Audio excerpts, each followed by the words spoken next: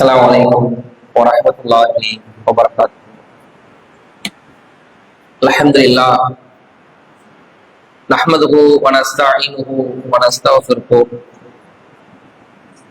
ونعوذ بالله من شرور أنفسنا ومن سيئات أعمالنا. من يهده الله فلا مضل له ومن يضلله فلا هادي له.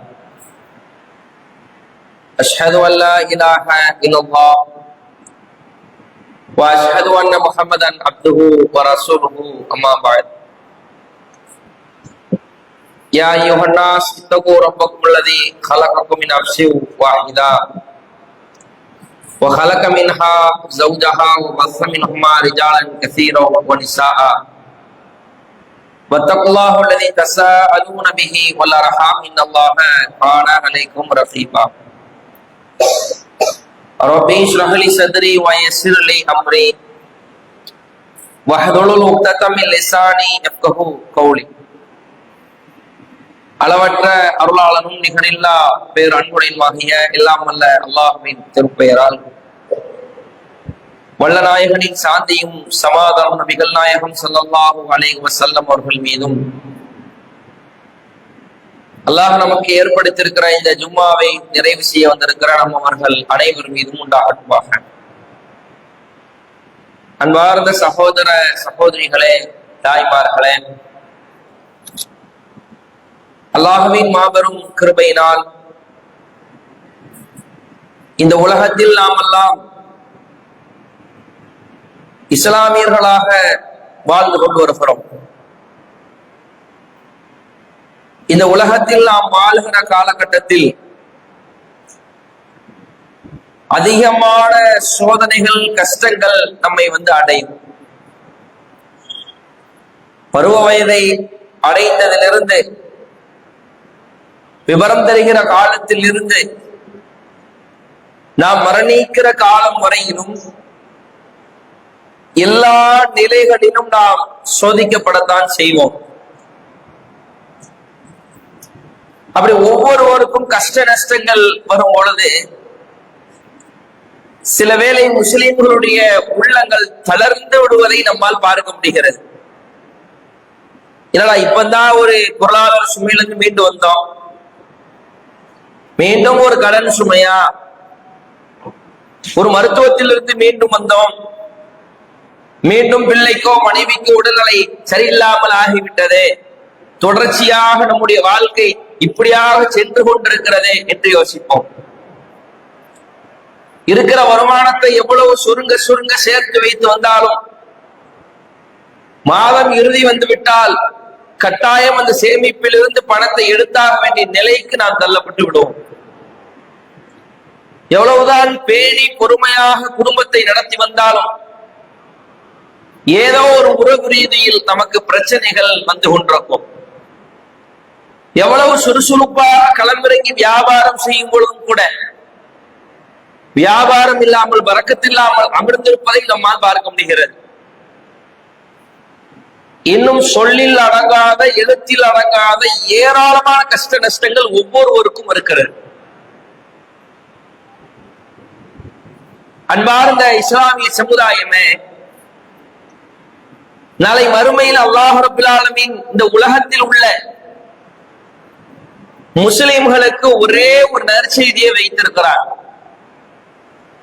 அதுதான் சொர்க்கம். அந்த சொர்க்கத்திற்கான குவாலிபிகேஷன் என்ன என்பதனை சில ஹதீஸ்களின் மூலமாகவும் வசனத்தின் மூலமாகவும் நாம் நம்முடைய உள்ளத்தில் ஆழமாக பதிந்து கொள்ள வேண்டும். இந்த உலக வாழ்க்கை என்பது முதலில் நமக்கு சிறைச்சாலை. அத்துன்யா சிஜ்னுல் முஃமினீன். சிஜ்னா சிறைன்னு அர்த்தம். அல்லாஹ்வையும் தூதரையும் ஈமான் கொண்டு ஹலாலாக வாழ்ந்தால் இந்த உலகம் உங்களுக்கு சிறைச்சாலை. இல்ல இறைவனையும் இறை தூதரையும் நம்பிக்கை கொள்ளாமல் இஸ்லாத்தினுடைய சட்டத்திட்டத்தை பின்பற்றாமல் உலகம் போன போக்கில் நீங்கள் வாழ்ந்தால் ஜன்னத்துல் காஃபிர். காபீர்களுக்கு, இறை மறுப்பாளர்களுக்கு இது சொர்க்கம். சிறைச்சாலை என்றாலே கட்டுப்பாடுகள், அசௌகரியம் இருக்கத்தான் செய்யும். சூரத்துல் பக்ராவிலே இறைவன் பேசும் பொழுது சூரத்துல் ஆல இம்ரானிலே அல்லாஹ் சொல்கிறான், நாம் ஹஸிபத்தும் அன் ததுகுலுல் ஜன்னah, இலகுவாக சுவனம் சென்று விடலாம் என்று எண்ணுகிறீர்களா? வலம்மா யஅலமல்லதீன ஜாஹது மின்கும், உங்களில் யார் தியாகம் செய்யக்கூடியவர், நம்பர் 1, இது அல்லாஹ் சோதிப்பான். வயஅலமுஸ் சாபிரீன், உங்களில் யார் பொறுமையாக இருக்கக்கூடியவர். இந்த 2 குவாலிபிகேஷன் உலகத்தில் உள்ள எல்லா முஸ்லிம்களுக்கும் இருக்கிறது. நோயை கொடுப்பான், கடனை கொடுப்பான், பிரச்சனையை கொடுப்பான். நாம் ஒரு திட்டத்தை நோக்கி பயணிப்போமானால் பிரச்சனைகள் நம்மை முன்னோக்கி கொண்டு வந்து கொண்டே இருக்கும். நீங்கள் அல்லாஹ்வுக்காக என்ன தியாகம் செய்திருக்கிறீர்கள், நம்பர் 1. இந்த கஷ்ட நஷ்டங்கள் வரும்பொழுது அதில் எவ்வளவு பொறுமையாக இருந்திருக்கிறீர்கள். பொறுமை என்பது செயலில் மட்டுமல்ல, உள்ளத்தாலும் பொறுமையாக இருக்க வேண்டும். புலம்பி தீர்ப்பதல்ல பொறுமை, கோபத்தில் கத்துவதல்ல பொறுமை, பல வித்தியாசமான வார்த்தைகளை இறைமறுப்புக்குரிய சொல்லை பயன்படுத்துவதல்ல பொறுமை. பொறுமை என்றால் நபிகளார் எப்படியெல்லாம் பொறுமையாக இருந்தார்கள் என்பதனை பின்னாடி விளக்குகிறேன். யோசிச்சு பாருங்க, ஏழைகளுடைய நினைப்பு என்னவென்றால், ஒரு ஆள் செல்வந்தரா இருந்தா போதும், ஈஸியா சொல்லிடுவாங்க, அவருக்கு என்னப்பா காசு பணம் உள்ள ஆளு, கார்ல போறாரு, கார்ல வர்றாரு, நல்ல ஏசி ரூம்ல இருக்கிறாரு, என்ன கஷ்டம். உண்மையில அப்படிப்பட்ட செல்வந்தர்கிட்ட போய் உட்கார்ந்து அவங்களுடைய கஷ்டத்தை கேட்டு பாருங்க. நீங்க நினைப்பீர்கள், இதுக்கு நம்ம ஏழையாவே இருந்துடலாம், இவ்வளவு பெரிய பிரச்சனையா? பல பிரச்சனைகள் அவர்களுக்கும் இருக்கத்தான் செய்யும். ஆனா வறுமையில் இருப்பவர்கள் யோசிக்கிறார்கள், செல்வம் வந்தால் எல்லாம் சரியாகிவிடும். அப்படியா? ஒண்ணும் இல்ல. சைக்கிள்ல போறவங்களுக்கு பைக்ல போகணும்னு ஆசை, பைக்ல போறவங்களுக்கு கார்ல போகணும்னு ஆசை. ஒரு கார் எதுக்கு வாங்குறாங்க? எந்த ஒரு இடத்துக்கு போனாலும் வெயில் மழை படக்கூடாது, வீட்டுல எப்படி கிளம்பணுமோ அப்படியே ரெஃப்ரெஷ்ஷா போய் இறங்கணும் தான். நடைப்பயணத்தை குறைக்க வேண்டும், பயணத்தை இலகுவாக்க வேண்டும், அதுக்குத்தான காரு. 2-3 கார் வச்சிருக்கிறவர் ரோட்ல நடந்துகிட்டு இருக்கிறார் வாக்கிங்.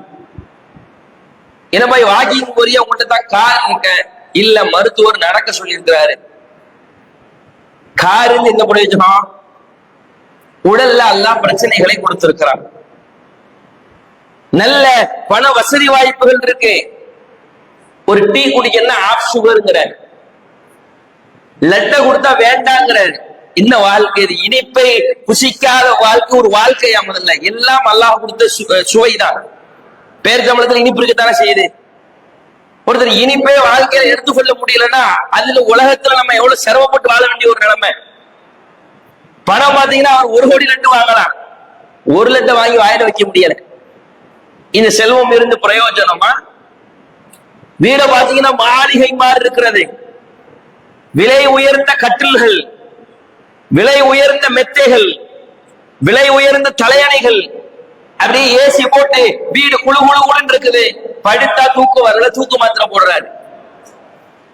ரோட்ல ஏழைகளை பாக்குறோம், மழை பெய்யுது, வேல் அடிக்குது, அது கடவாசல படுத்துக்கிறான். ஆடு மாடு நாய் நடந்து போகிறது, மனிதன் செல்கிறான், வாகனம் செல்கிறது, புகை அடிக்கிறது, ஃபுல்லா பொலியூட்டாக இருக்கிறது, புரட்ட விட்டு தூங்குறாங்க. ஆனா இவ்வளவு நிசப்தமாக சைலண்டா ஏசி ரூம்ல படுக்கிறவருக்கு தூக்கம் இல்ல, ரோட்ல கிழிஞ்ச சட்டையோடு படுத்திருப்பவர் புரட்டையோடு தூங்குகிறார். இப்போது தெரிகிறதா சகோதரர்களே, பணத்தில் நிம்மதி இல்லை. இந்த உலகத்தை இருப்பதை, அதை எப்படி திருப்தியாக வாழ வேண்டும், அதில் தான் நிம்மதி.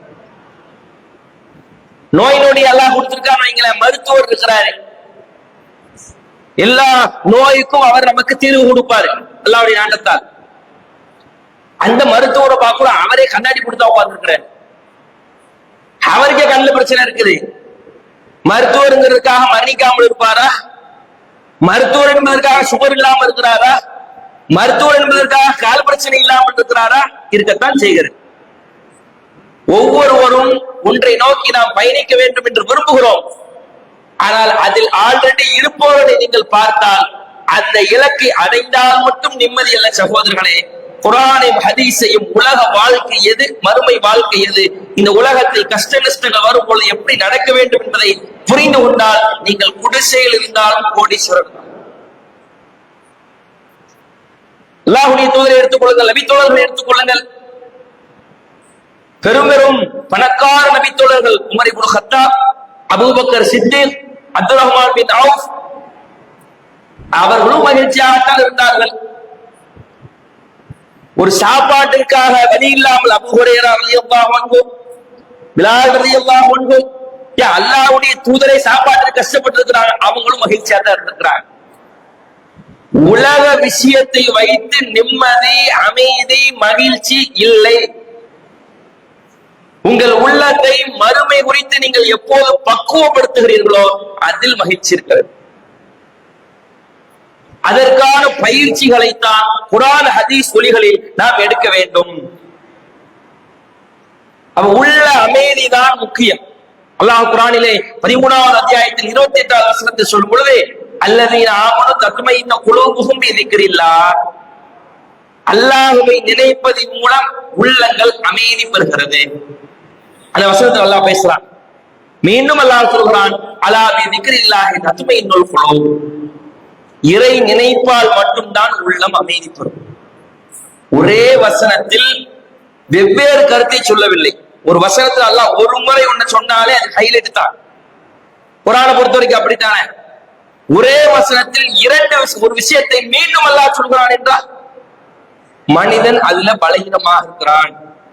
பார்த்துப்போ அப்படின்னா வேற, பார்த்துப்போன்னு 2 தடவை சொன்னா அங்க ஏதோ இருக்குன்னு அர்த்தம். அப்ப அல்லாஹ் சொல்கிறான், உள்ள அமைதிக்கு தேவை இறை நினைப்பு. இறை நினைப்பு நம்ம இடத்துல வந்து விட்டால் கஷ்டங்கள் இருக்கத்தான் செய்யும். நம்ம எப்படி நினைக்கிறோம்னா, காய்ச்சல் வந்தா ஒரு டோலோ போட்டா காய்ச்சல் நிக்கிற மாதிரி, கஷ்டம் வந்தா துவா செஞ்ச உடனே நின்றணும், தொழுத உடனே நின்றணும், ஒரு 10 ஏழைக்கு உணவு கொடுத்தோன்னு நின்றணும். அப்படி நிக்காது சகோதரர்களே. அல்லாஹ்வுடைய தூதர் தொழுதார்கள். ரசூலுல்லாஹ் மாதிரி ஒரு தொழுகையாளி உண்டா? மக்காவில் அல்லாஹ்வுடைய தூதர் கிப்லாவை முன்னோக்கி அல்லாஹ்வை சஜிதா செய்யும் பொழுதுதான் ஒட்டகக்குடல் போடப்பட்டது. தொழுகையாளிகளுக்கு மட்டும் எந்த சிரமமும் இல்லை என்றால் ஏன் தொழுகையிலே அல்லாஹ்வுடைய தூதர் கஷ்டப்பட்டார்கள்? தொழுவதின் மூலமாக அல்லாஹ் கஷ்டத்தை நீக்குவான் என்பது ஒரு புறம். அப்படி நீக்காவிட்டாலும் வருகிற கஷ்டத்தை தாங்குற சக்தியை அந்த தொழுகை கொடுக்கும். அந்த இறை நினைப்பு கொடுக்கும். அல்லாஹ்வை திக்ர் செய்வது கொடுக்கும். திருமறை குர்ஆனை ஓதுவது நமக்கு கொடுக்கும். இதில் இன்றைக்கு நாம் எப்படி இருக்கிறோம் என்பதனை நாம் சிந்தித்து பார்க்க கடமைப்பட்டிருக்கிறோம். இன்னைக்கு வாழ்க்கையில ஒவ்வொருவரும் உங்களுடைய உச்சபட்ச கஷ்டத்தை நினைத்து பாருங்கள். ஒவ்வொருத்தருமே என்னுடைய வாழ்க்கையில நான் மறக்க முடியாத நினைவு இதுதான், இந்த மாதிரியான ஒரு கஷ்டத்தை, சிரமத்தை என்னுடைய வாழ்நாளில் நான் அனுபவித்ததே இல்லை அப்படின்னு நீங்க யோசிச்சு வைங்க. எல்லாருக்கும் ஒரு பிளாக் இருக்கும்ல வாழ்க்கையில, ஒரு கஷ்டப்பட்டது பணத்தாலோ, அவமானத்தாலோ, குடும்ப பிரச்சனைகளாலோ, சிக்கல்களாலோ, நோய் நொடிகளாலோ. டாப் மோஸ்டா உங்களுக்கு என்ன இருக்கிறதோ அதை உங்களுடைய கற்பனைக்கு கொண்டு வந்து பாருங்க. இப்ப நான் சில செய்திகளை சொல்ல போகிறேன். அதை விட நீங்கள் சிரமப்பட்டிருக்கிறீர்களா என்பதை நீங்கள் உரசி பார்க்க வேண்டும்.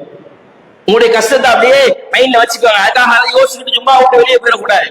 அதை அப்படியே லாக் பண்ணி வச்சிருங்க. இப்னு ஹுஸைமா என்ற ஹதீஸ் புத்தகத்தில் பதிவு செய்யப்பட்ட செய்தி. உமர் இப்னு கத்தாப் அவர்கள் அறிவிக்கிறார்கள், ஹரஜ்னா இலா தபூக் ஃபி கைதில் ஷதீத், ஒரு கடுமையான வெயிலில் நாங்கள் தபூக் யுத்தத்திற்கு சென்றோம். நம்ம ஊர்ல இப்ப அடிக்கிற வெயில எவ்வளவு கொடுமையா இருக்குது. அரபு நாட்டுல சாதாரணமா அடிக்கிற வெயில எவ்வளவு கொடுமையா இருக்கும். அந்த அரேபியர்கள் சொல்கிறார்கள், உமர் இப்னு கத்தாப் சொல்கிறார்கள், கடுமையான வெயிலில் நாங்கள் ஒரு போர்க்களம் தபூக்கிற்கு சென்றோம். அந்த நேரத்தில் எங்களுக்கு தாகம் ஏற்பட்டது. நம்ம நினைக்கலாம் பயணம்னா தாகம் வரத்தான செய்யும்.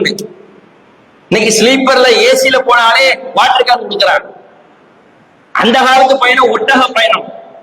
ஒளி செய்வதற்கு, குடிப்பதற்கு, எல்லாத்துக்கும் நம்ம தண்ணீர் சுமந்து செல்ல வேண்டும். அல்லது தண்ணீர் இருக்கிற இடத்தை டார்கெட் பண்ணி அதற்கு உள்ளான அந்த இடத்தை அடைய வேண்டும். மழை பெய்தாலும் புயல் அடித்தாலும் மண்புழுதி பட்டாலும் வெயில் தாக்கம் வந்தாலும் அந்த ஒட்டகத்தின் மேலாதான் அதனுடைய கடினமான அந்த பாதையிலே உடலிலே அமர்ந்து கொண்டு அந்த பயணத்தை மேற்கொள்ள வேண்டும். இப்படி எல்லா நபித்தோழர்களும் நபிகளாரும் அந்த தபூக்கிற்காக சென்று கொண்டிருக்கிறார்கள். அந்த நேரத்தில் எல்லோருக்கும் தாகம் ஏற்படுகிறது. தாகம் ஏற்பட்டால் எந்த நபித்தோழர்களுக்கும் தண்ணீர் இல்லை. தண்ணீர் இல்லை என்றால் சகோதரர்களே, ஒரு டிராப், ஒரு சொட்டு கூட தண்ணி இல்லை.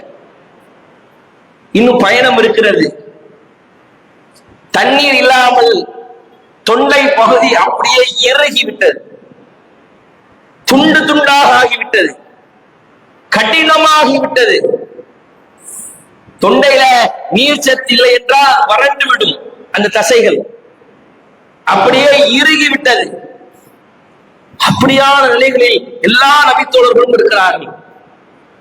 சில பேரு கால ரஜுலுன் லியதஹப யல்தமிசுல் மா, சரி தண்ணி இல்லையே, தண்ணி தேடி எங்கேயாவது போவே என்று சில நபித்தோழர்கள் புறப்பட்டு சென்றார்கள்.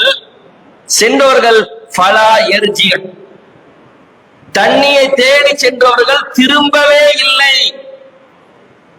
தண்ணீர் தேடுறாங்க, தண்ணீர் இல்லாமல் தாகித்து அப்படியே அந்த பாலைவனத்திலே முகக்குப்புற அவர்கள் விழுந்து அப்படியே செத்து ஷஹீதாகி விடுகிறார்கள். எப்படியா நிலை? தாகித்து செத்தார்கள். நல்லா புரிச்சுக்கோங்க. சும்மா கழுத்துல வெட்டுப்பட்டு ஒரு செகண்ட் மரணம் அல்ல. தண்ணீர் இல்லாமல் துடித்து அலைந்து தேடி நப்சு துடித்து ஒரு சொட்டு கிடைத்து விடாதா என்று ஏங்கி தாகத்தால் அப்படியே வெட்டு வந்து இழுத்து அந்த நபித்தோழர்கள் அப்படியே செத்து மடிகிறார்கள். எதுக்கு சென்றாங்க? வியாபாரம் செய்யவா, குடும்ப விஷயமாகவா, இறை மார்க்கத்திற்காக போர்க்களத்திற்கு சென்றார். இப்படியான நிலைகள் பாருங்க. அதுல ஒரு மனிதர் என்ன செய்கிறார் என்றால், தண்ணீர் கொடுமை தாங்க முடியாத காரணத்தினால் தான் வந்த ஒட்டகத்தையே அறுத்து விட்டார். அந்த ஒட்டகத்துலாம் திருப்பி போகணும், அதை யோசிக்கலாம் நேரம் இல்லை. உசுரோட இருக்கிறோம்னா என்னத்தையாவது குடிச்சாகணும். வந்த ஒட்டகத்தை அவர் அறுத்து அவருடைய ஒட்டகத்தை அவர் அறுத்து விட்டு ஒட்டகத்தினுடைய வயிற்றில் தண்ணீர் இருக்கான்னு பார்த்தா அதுவும் இல்லை. குடலை கிழித்து குடலில் அதனுடைய சாணத்தை எடுத்து பிழிந்து அதில் வரை சாறை அந்த நபித்தோழர்கள் அருந்தினார். எப்படியான கஷ்டம்! ஒட்டகத்துல தண்ணி இல்ல, வயிற்றுல தண்ணி இல்ல, அறுத்து பார்த்தா குடலில் ஒட்டக சாணம் இருக்கிறது. அதை துணியிலோ எதிரையோ புளிந்து அதுல வர்ற 1-2 டிராப் நாட்களை இறக்குகிறார்கள் என்றால், இது போன்ற கஷ்டத்தை நீங்களோ நானோ இதை கேட்பவர்களோ நம்முடைய வாழ்நாளில் நாம் அனுபவித்திருப்போமா? இதை விட ஒரு கஷ்டம் உண்டா? அப்புறம் என்ன கவலை? அப்புறம் என்ன துன்பம்? இப்ப யோசிங்க, நமக்கு வர்ற பண கஷ்டம் மன கஷ்டம்னா ஒரு கஷ்டமா? தண்ணீர் இல்லாமல் நபித்தோழர்கள் செத்திருக்கிறார்கள். யார் அவர்கள்? நம்மை போன்று சுபு தொழாமல் உறங்குபவர்களா? நம்மை போன்று பள்ளிவாசல்களை கண்டுகொள்ளாமல் இருப்பவர்களா? நம்மை போன்று இறை மார்க்கத்திற்காக உழைக்காமல் இருப்பவர்களா? நம்மை போன்று தியாகம் செய்யாமல் வீட்டிலே முடங்கி கிடப்பவர்களா? நம்மை போன்று தான் உண்டு தன்னுடைய மனைவி பிள்ளை ஒன்றை சுயநலவாதிகளா? சமுதாய அக்கறை உள்ளவர்கள், தர்ம பிரபுகள், அல்லாஹ்வுடைய பாதைக்காக இந்த உலகத்திலே எதையும் தூக்கி எறிந்து தியாகம் செய்ய துணிந்தவர்கள், உயிரை கொடுக்க வேண்டும் என்றால் அடுத்த நொடியே கொடுக்கக்கூடியவர்கள் நபித்தோழர்கள். அவர்களுக்கு இப்படிப்பட்ட நிலைமை. எப்படிப்பட்ட வீரத்திற்கு சொந்தக்காரர்கள்! உலகத்தை எங்கேயாவது நேசித்திருக்கிறார்களா? ஒண்ணுமில்ல. நபித்தோழர்கள் எந்த அளவுக்கு இருந்திருக்கிறார்களுக்கு ஒரு சாம்பிள் புகாரியில் இடம்பெறுகிற செய்தி. ஒரு போர்க்களம் நடக்கிறது. அல்லாஹ்வுடைய தூதரிடத்தில் நபித்தோழர் கேட்கிறார், இந்த போர்க்களத்தில் நான் கொல்லப்பட்டால் அல்லாஹ்வின் தூதரே எங்கிருப்பேன்? ரசூலுல்லாஹ் சொல்றாங்க, சொர்க்கத்துல நீங்க இருப்பீங்க. அவ்வளவுதான். 1/2 மணி நேரம் பயானு, குர்ஆன், வசனம், ஹதீஸ் ஒண்ணும் இல்ல. ஒரே ஒன் வேர்டு, ஃபில் ஜன்னா, சொர்க்கத்துல. அப்படியா? பேரித்தம்பழத்தை சாப்பிட்டுக் கொண்டிருந்தவர் தமராத்த பியதி, பேரிச்சம்பழம் கையில இருக்கு, தூக்கி எறிஞ்சிட்டார். சும்மா பார்த்தல ஹத்தா புத்தில இறங்கி சண்டை போடுகிறார், கொல்லப்பட்டு விட்டார். நீங்க யோசிங்க, அந்த பேரிச்சம்பழத்தை சாப்பிடுகிற நேரம் எவ்வளவு நேரம்? என்ன பிரியாணி நீச்சலா சாப்பிடுறாங்க, சாப்பிட்டு போனாலும் என்ன? ஒரு பேரித்தம்பழத்தை சாப்பிடுகிற நேரத்தை கூட இதில் செத்தால் எனக்கு சொர்க்கம் என்று தெரிந்த பின்பு இந்த உலகத்திலே, இந்த துனியாவிலே நான் கழிக்க விரும்பவில்லை என்று சொல்லி பேரித்தம்பழத்தை எரிந்துவிட்டு வீர தீர போர் செய்து செத்து மடிகிறார் என்றால், அவர்கள் இந்த உலகத்தையும் மறுமையும் எப்படி புரிந்து வைத்திருக்கிறார்கள்? நாம் எப்படி புரிந்து வைத்திருக்கிறோம்? அல்லாஹ்வுடைய பாதையில் கொல்லப்படுற சாதாரண விஷயமா? எவ்வளவு வெட்டுக்கள் விழும். நம்ம லேசா நினைக்கிறோம், சும்மா ஷஹீது சொல்லிட்டு போயிடுறோம். வெட்டுப்பட்டால், குத்துப்பட்டால், அடிப்பட்டால், கைகால்கள் உடைக்கப்பட்டு எலும்புகளும் தசைகளும் நம் கண் முன்னாலே நம்முடைய ரத்தங்கள் பீறிட்டு ஓடும்போது அதை பார்க்கும் போதுதான் தெரியும் அது எவ்வளவு பெரிய சிரமம் என்று. ஒண்ணுமில்ல, ஒரு உதாரணம், என் உட்பட நம்முடைய பள்ளிவாசலுக்கு வெளியே உதாரணத்திற்கு போர் நடக்குது, ரசூலுல்லாஹ் நினைச்சுக்கங்க. உஹதோ, பத்ரோ, தபூக்கோ உதாரணத்திற்கு பள்ளிக்கு வெளியே நடக்குது. ஒரு நபர் உள்ளே வந்து அழைப்புடுகிறார், போருக்கு ஆற்றல் தேவை, யாராவது ஒரு நபர் வாருங்கள், ஆனால் நீங்கள் திரும்ப மாட்டீர்கள் என்று சொன்னால், ஏன் உட்பட யாராவது ஓர் என்ற போர்க்களத்திலே கலந்து கொள்வோமா? போனா ரிட்டர்ன் கிடையாது. நல்ல யோசிங்க, ஆண்களும் பெண்களும். வாசலை தாண்டி போய்விட்டால் வெட்டி வீழ்த்தப்பட விடுவோம். மனைவியை பார்க்க முடியாது, பிள்ளையை பார்க்க முடியாது, வியாபாரம் செய்ய முடியாது, சொகுசாக இருக்க முடியாது. ஏன்? இன்றைக்கு மத்திய உணவு ஜும்மா உணவை கூட நீங்கள் புசிக்க முடியாது, பள்ளிவாசலை திரும்பி கூட நீங்கள் பார்க்க முடியாது. சென்றால் மரணம் என்று தெரிந்தால் இங்க இருக்கிற ஆண்கள் பெண்கள் நம்மில் யாராவது ஒரு நபர் செல்வோமா? கேட்க நல்லா இருக்கும் போர்க்களம் மௌத்து. உங்களை வச்சு யோசிச்சு பாருங்க. நம்ம ஏன் போனோம்? வயசானவங்க போங்க, நீங்க தான் வாழ்ந்துட்டீங்கன்னு சொல்லுவாங்க. வயசானவங்க சொல்லுவாங்க, எங்களுக்கு தொழுகையே சிரமமா இருக்கு, போடு, நீ போப்பா, நீ போ, நான் போடு, கதவை போட்டு சண்டை நடக்கும். இதான இயல்பு. அந்த நபித்தோழர் எப்படி தூக்கி பேரிச்சம்பழத்தை போட்டு போய் சாகிறார், கொல்லப்படுறார். இப்ப தெரிகிறதா அவர்கள் மறுமையையும் இறை நினைப்பை வைத்த காரணத்தினால்தான் எவ்வளவு சிரமம் வந்தும் உள்ள மகிழ்ச்சியாக இருந்துச்சு. தண்ணீர் இல்லாமல் கஷ்டப்பட்ட பொழுது கூட புலம்பவில்லை. ஹதீஸ்கள்ல பாருங்க, அல்லாஹ்வுடைய பாதைக்கு வந்தோம், இப்படி ஆயிடுச்சு, இனிமே வரவே மாட்டோம், ஒரு புலம்பலை காட்ட முடியுமா? ஹதீஸ்ல வீர தீரமா சொல்வார்கள், தியாகத்தை சொல்வார்கள். நான் இந்த இடத்துல இல்லை என்று நபித்தோழர்கள் பேசுவார்கள். நீங்க அல்லாஹ்வை நம்புகிற விஷயத்திலே முஸ்லிம்கள் நாம் கோட்டை விட்டு விடுகிறோம். நம்பிக்கை என்றால் சும்மா சாதாரண நம்பிக்கை நம்மிடத்தில் இருக்கக்கூடாது. அல்லாஹ்வை மிக ஆழமாக நாம் நம்ப வேண்டும். அல்லாஹ்வுடைய தூதர் ஸல்லல்லாஹு அலைஹி வஸல்லம் மக்காவிலிருந்து மதீனாவை நோக்கி புறப்பட்டார்கள். ஒரே ரூட் தான், மக்கா டு மதீனா. கிட்டத்தட்ட 6க்கும் நெருக்கமான நாட்கள் பயணம். செல்வது யார்? அல்லாஹ்வுடைய தூதரும் அபூபக்கர் சித்திக் அவர்களும் உதவிக்கு 1-2 பேர் அப்பப்ப ரசூலுல்லாஹ் வச்சுக்குவாங்க. பெர்மனண்டா போறது ரசூலுல்லாஹும் அபூபக்கர் அவர்களும். மக்காவிலே அறிவிப்பு செய்யப்பட்டு விட்டது, முஹம்மது வாண்டட் லிஸ்ட். முகம்மதை கொன்று வந்தால் அல்லது உயிரோடு கொண்டு வந்தால் 100 ஒட்டகம் பரிசு, 100 காருக்கு நிகரமான பரிசு. இதை செய்யுங்க, உங்களுக்கு 100 கார் கிடைக்கும்னா நீங்க என்னாச்சு ரேட்டு? அந்த மாதிரி ரேட் வைக்கிறாங்க. 100 ஒட்டகம் நபிகளாருடைய தலைக்கு நிர்ணயிக்கப்பட்ட விலை. இறுதி கட்டமாக ரசூலுல்லாஹும் அபூபக்கர் சித்திக் அவர்களும் அந்த பாதையில பயணிச்சுட்டு இருக்கிறார். குறைஷில் உள்ள இளைஞர்கள் எல்லாம் அல்லாஹ்வுடைய தூதரை தேடி அந்த பாதைக்கு வருகிறார்கள். அல்லாஹ்வுடைய தூதர் ஸல்லல்லாஹு அலைஹி வஸல்லம் அவர்கள் ஒரு நேரத்திலே ஒரு குகையிலே அப்படியே ஒதுங்கி ரெஸ்ட் எடுத்துக்கிட்டு இருக்கிறாங்க. ரசூலுல்லாஹும் அபூபக்கர் அவர்களும். அபூபக்கர் அவங்க அப்படியே வேலை பார்க்கிறாங்க. எதிரிகள் அப்படியே நின்று கொண்டிருக்கிறார்கள். வழியே இல்லை. எந்த அளவுக்கு என்றால் அபூபக்கர் சித்திக் அவர்கள் அல்லாஹ்வுடைய தூதர் ஸல்லல்லாஹு அலைஹி வஸல்லம் அவர்கள் சொல்றாங்க, லவ் அன்ன அஹதகும் நதர தஹத கதமிஹி லா பஸரனா, அல்லாஹ்வுடைய தூதரே அவங்கள யாராவது குனிஞ்சு பாதத்தை பார்த்தால் நம்மை பார்த்துடுவாங்க. தேடலாம் வேண்டாம், சும்மா காலை பார்த்தால் நம்மை பார்த்து விடுவார்கள். அபூபக்கர் அவங்களுடைய உள்ளமே கொஞ்சம் ஆட்டம் கண்டுச்சு. அவ்வளவுதான் போல நம்மளை பார்த்துருவாங்க ரசூலுல்லாஹ்.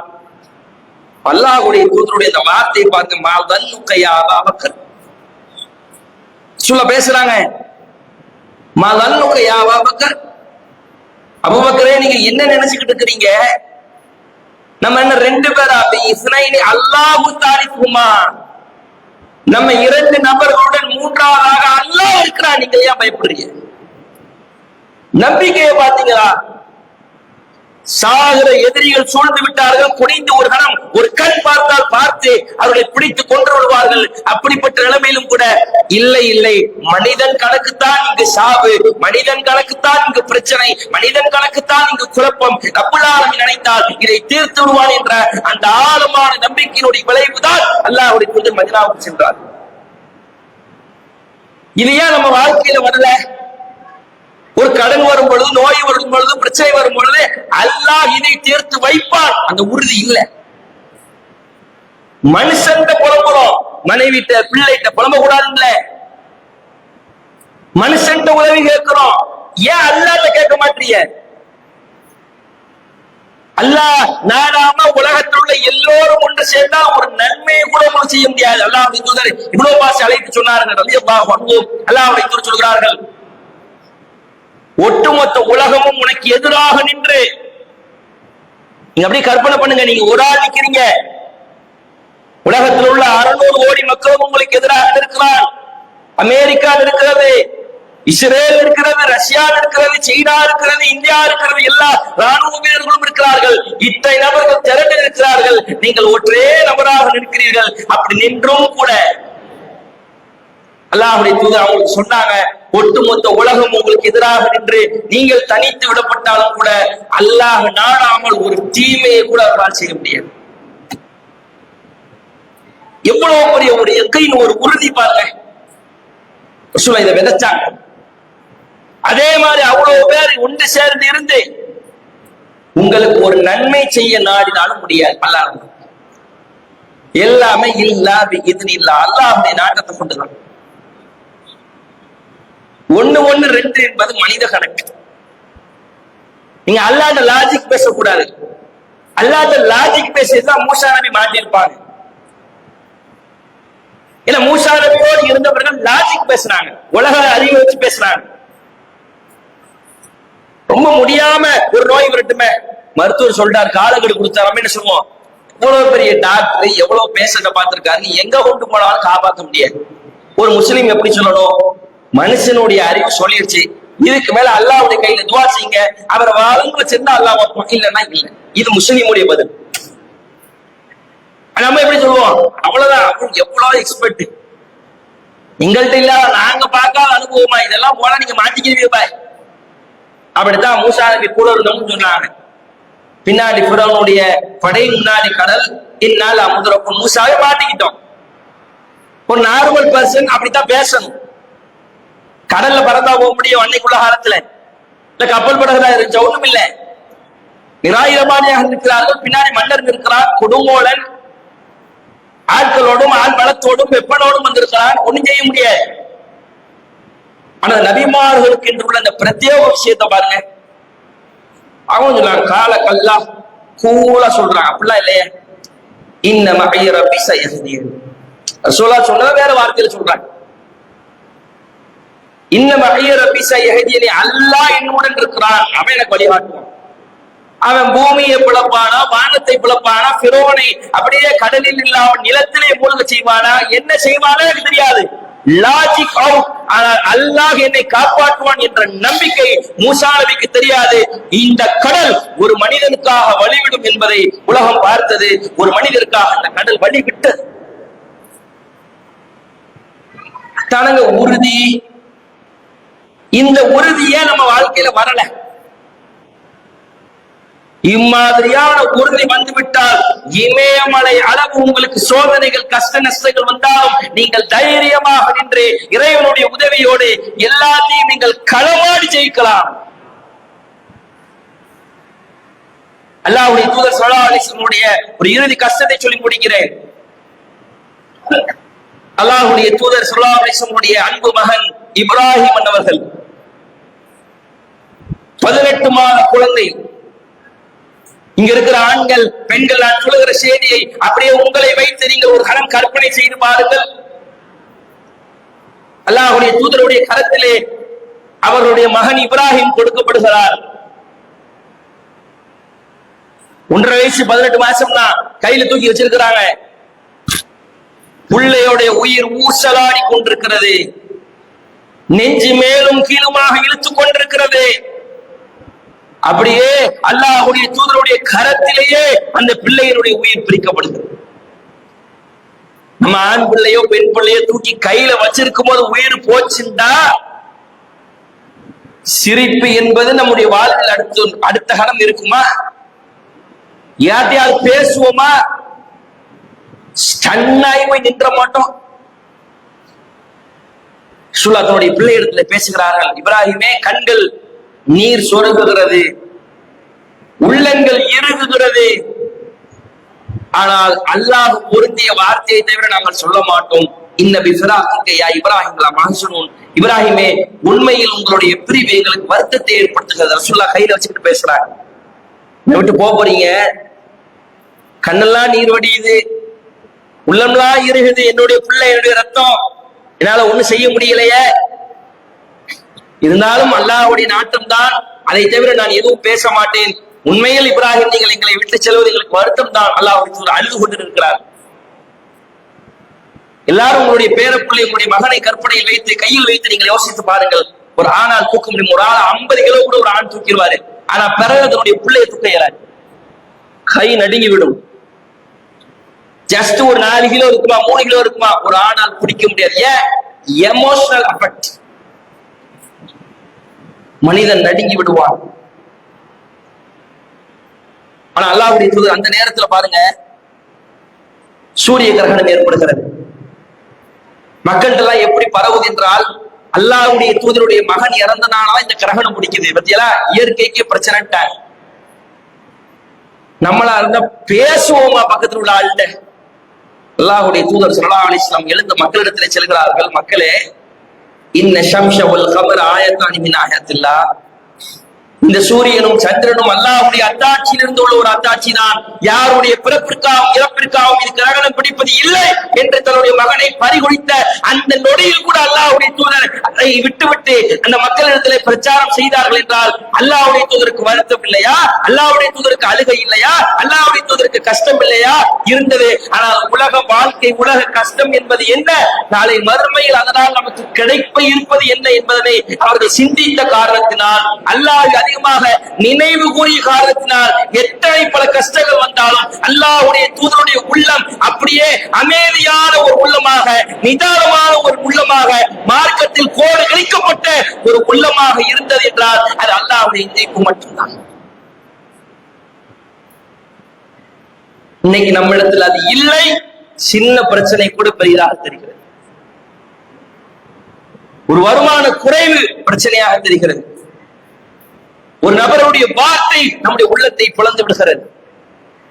நோய் நொடி நமக்கு இருண்டு விடுகிறது. ஐயூப் நபிக்கு வராத நோயா?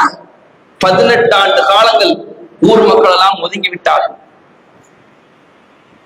என்ன முன்மாதிரி இல்லை இந்த சமுதாயத்திற்கு. முஸ்லிம் என்ற ஹதீஸ் புத்தகத்தில் பதிவு செய்யப்பட்ட செய்தி, அல்லாஹ்வுடைய தூதர் ஸல்லல்லாஹு அலைஹி வஸல்லம் அவங்களே சொல்றாங்க, அஜபல்லி அம்ரில் முஃமினீன், ஒரு முஃமினை பார்த்தால் எனக்கு ஆச்சரியமாக இருக்கிறது என்றார். உலகத்துல எல்லாம் இருக்கிறான், ஆனா முஃமினை பார்த்தா எனக்கு ஆச்சரியமாக இருக்கிறது. ஏன்? அவனுக்கு எல்லா காரியமுமே நல்லதா இருக்குது. வயின் அசாபத்துக்கு சர்ரா, அவனுக்கு ஒரு நன்மை ஏற்பட்டால் ஷக்கர, அல்லாஹ்வுக்கு நன்றி செலுத்துகிறான். ஃபகான கைரும் லஹு, அது அவனுக்கு நன்மையாக மாறி விடுகிறது. நல்லது நடக்கா, பிசினஸ்ல ப்ராஃபிட்டா, நல்ல மனைவி கிடைச்சிருக்கா, நல்ல பிள்ளை கிடைச்சிருக்கா, மனசு எதிர்பார்த்த வாழ்க்கை அமைந்து விட்டதா, மகிழ்ச்சிகரமாக இருக்கிறானா, அல்லாஹ்வுக்கு ஒரு முஃமின் நன்றி செலுத்துவான். அதன் மூலமாக அவன் நன்மை அடைந்து கொள்கிறான். அவனுக்கு ஒரு தீங்கு ஏற்பட்டால் அது மரணமாக இருக்கலாம், நோயாக இருக்கலாம், பொருளாதார பிடுங்கலாக இருக்கலாம், கடனாக இருக்கலாம், வியாபார நட்டமாக இருக்கலாம், மனைவி பிரச்சனை என்று சொல்லில் எழுத்தில் அடங்காத பிறர் சிந்திக்க முடியாத பிரச்சனைகள் கூட உங்க உள்ளத்தில் இருக்கலாம். ஆனால் உங்களுக்கு ஒரு தீங்கு ஏற்பட்டால் ஒரு முஃமின் எப்படி இருப்பார் தெரியுமா? சபர, அவர் பொறுத்துக் கொள்வார். அதுவும் அவருக்கு நன்மையாக மாறிவிடுகிறது. முஸ்லிமை பார்த்தால் நான் ஆச்சரியப்படுகிறேன். கஷ்டம் வந்தாலும் பொறுமையாக இருந்து நன்மை அடைந்து விடுகிறான். நல்லது வந்தாலும் அதற்கு நன்றி செலுத்தி நன்மை அடைந்து விடுகிறான். இவனை பார்த்தால் எனக்கு ஆச்சரியமாக இருக்கிறது என்று அல்லாஹ்வுடைய தூதரை ஆச்சரியப்பட்டார். இப்படில நம்ம வாழ்க்கை இருக்கணும். என்ன கஷ்டம், என்ன நஷ்டம், ஏன் புலம்பல்? எத்தனை காலம் வாழ்ந்துட போறோம்? எத்தனை காலம் இந்த உலகத்தில் இருந்த உலகத்தை எதிர்பார்த்தா, உலகத்தை மையமாக வைத்தா, இதை அடிப்படையாக கொண்ட நம்முடைய இதயம் துடித்துக் கொண்டிருக்கிறது, மூளை சிந்தித்துக் கொண்டிருக்கிறது. யோசிங்க, ஒவ்வொரு துடிப்பும் ஒவ்வொரு சிந்தனையும் மறுமையை நோக்கி இருக்க வேண்டும். இங்க கஷ்டமா? உலகத்துல எங்களுக்கு கஷ்டம் வரத்தான் செய்யும். ஹலாலாக சம்பாதித்தால் எங்களுக்கு பொருளாதார கஷ்டம் இருக்கத்தான் செய்யும். உடல் வலிமையால், நோயால், கடனால், பல சிரமங்களினால் இருக்கத்தான் செய்வோம். ஏன் தெரியுமா? நாளை மறுமையிலே அல்லாஹ் எனக்கு சிறப்பான வாழ்க்கையை தருவான். இதுதான் முஸ்லிம். இதுதான் முஸ்லிம். கையிலே ஒரு காயமா? கை இல்லாதவரை சிந்தித்து பாருங்கள். கண் குறைபாடா? கண் இல்லாதவரை சிந்தித்து பாருங்கள். பணம் இல்லையா? பிச்சை எடுப்பவரை சிந்தித்து பாருங்கள்.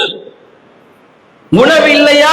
உணவில்லாமல் சாகிற சோமாலிய மக்களை நினைத்து பாருங்கள். படிப்பினைகள் இந்த உலகத்தில் பறந்திருக்கிறது.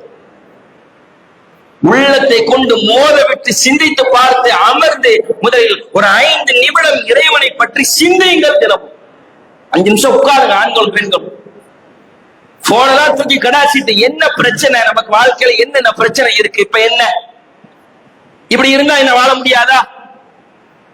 நன்மைதான? அல்லாட்ட கேட்பா, அல்லா தர மாட்டான? அண்ணனை படைச்சா, அண்ணனை எல்லாம் தந்தா, அவனை விட்டா நமக்கு யார்? யா அல்லாஹ், நீ தான் யா அல்லாஹ் தர வேண்டும். உரிமையோடு கேளுங்க. அவன் ரப்புல் ஆலமீன். அவன் தாயோ தந்தையோ அல்ல, உங்களை திருப்பி பார்ப்பதற்கு, எண்ணி கொடுப்பதற்கு அல்லாஹ் அள்ளி கொடுப்பவன். எவ்வளவு நாள் கேளுங்க. நீங்கள் கேட்பது ரப்புல் ஆலமீனிடத்தில். உலகத்தில் உள்ள எல்லா கசாராவும் அவருடைய கரத்தில் இருக்கிறது. 1000 கோடி அல்லாட்ட கேட்போமா? 1000 கோடி எப்படி கிடைக்கும்? இங்கே முடிஞ்சிருச்சே. எங்க 1000 கோடி மனுஷனுக்கு பெருசுங்க.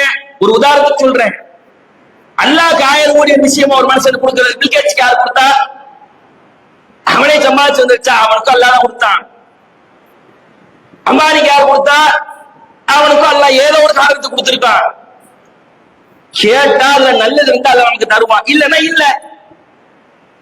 முதலில் அல்லாஹ்விடத்தில் கேட்க கற்றுக்கொள்ளுங்கள். அல்லாஹ் மீது உறுதியாக நம்பிக்கை வையுங்கள்.